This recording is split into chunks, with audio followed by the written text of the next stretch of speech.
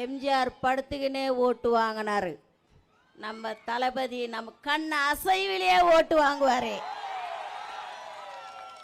மக்களின் செல்வாக்கு நாளுக்கு நாள் பெருகிக் கொண்டே போகிறது. அதுக்கு தான் இந்த எஸ்ஐஆர் அது இதுன்னு குழப்பம் கொண்டு வந்து டிஸ்டர்பன்ஸ் பண்றாங்க. நமக்கும் இந்த சாருக்குமே ஆவாது ராஜா.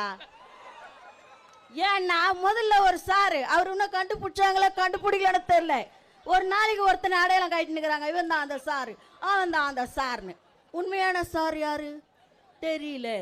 இப்போ இது ஒரு சாரு. இந்த சாரை இவங்க என்ன போட்டு குழப்பினாலும் நாங்க தயாராயிட்டோம். எப்படின்னா ஊருக்கு ஊர், வீதிக்கு வீதி, வீட்டுக்கு வீடு, மக்கள் விரும்பும் முதல்வர் வேட்பாளர் தளபதி.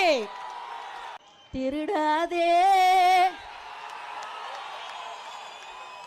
வாக்கை, திருடாதே திருடாதே வாக்கை, திருடாதே. திட்டம் போட்டு திருடுற கூட்டம் வாக்கை திருடி கொண்டே இருக்குது. இதை சட்டம் என்ற பெயரில் தானே எஸ்ஐஆரோ குழப்புது. திருடனா பார்த்து திருந்த விட்டா திருட்டை ஒழிக்க முடியாது. நாம தான் ராஜா ராஜா கவனமா வாக்கு சாவடிக்கு முன்னாடி ஒரு டிஸ்டன்ஸ் கொடுப்பாங்க.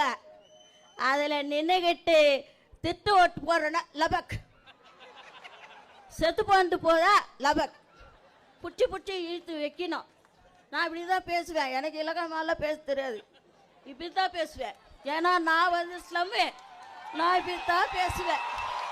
ஒடியாந்தாரு பூத்துக்குள்ள ஐயா என் பொண்டாட்டி பேர் அமராவதி, ஓட்டு போட்டுச்ச பாரு, இப்போதான் போட்டு போச்சு.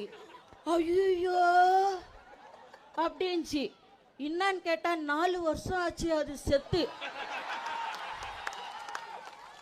ஆனால் எலெக்ஷன் அப்போ கரெக்டாக ஓட்டு போட்டு என்னை பார்க்காம கூட போதியா அப்படின்னு சொல்லி அழுகுறான். இதை எங்க போய் சொல்றது? இந்த எஸ்ஐஆர் இதை சரி பண்ணிடுமா? அமராவதியை சேர்த்து அம்பிகாவதியோட இணைத்துடுமா? சொல்லுங்க.